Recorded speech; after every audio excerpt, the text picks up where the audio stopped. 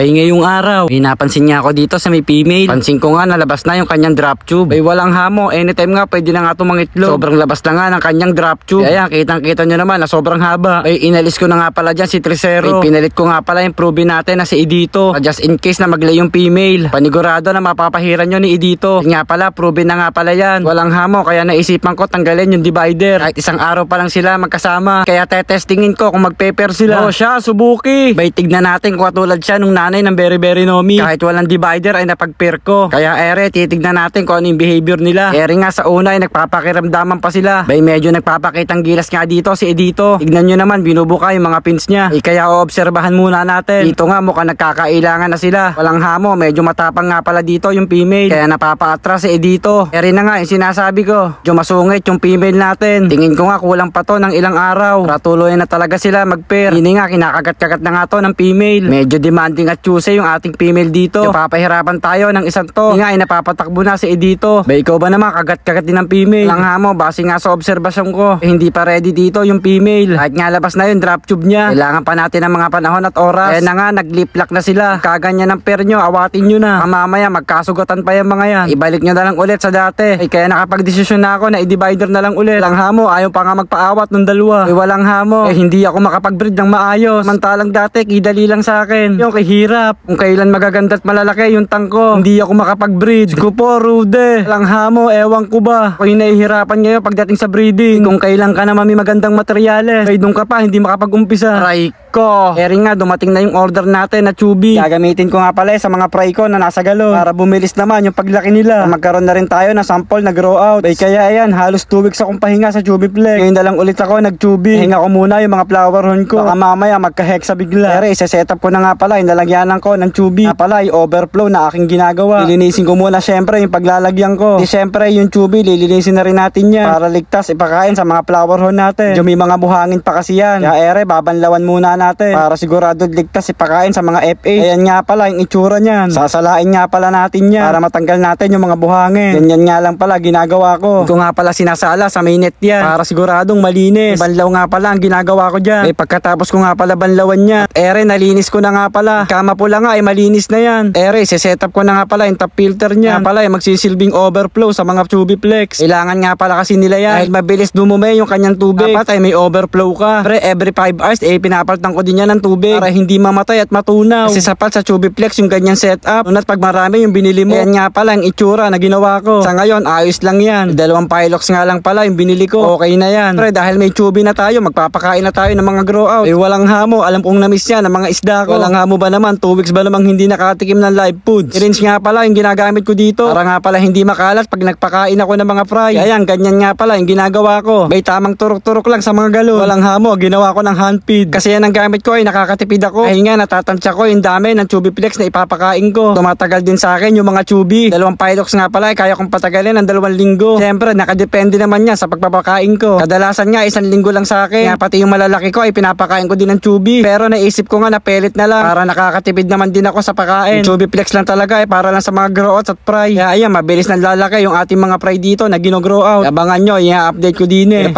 strain naman yung papalakihin natin. Ayun na nga, tapos na nga ako magpakain din eh. Napakain ko na lahat ng nasa galon, pati nasa grow out tank. Ang hamo, salamat sa gamit kong syringe. O siya, hanggang din na lamang. Happy fish keeping na lang sa lahat. Bye! Fish out!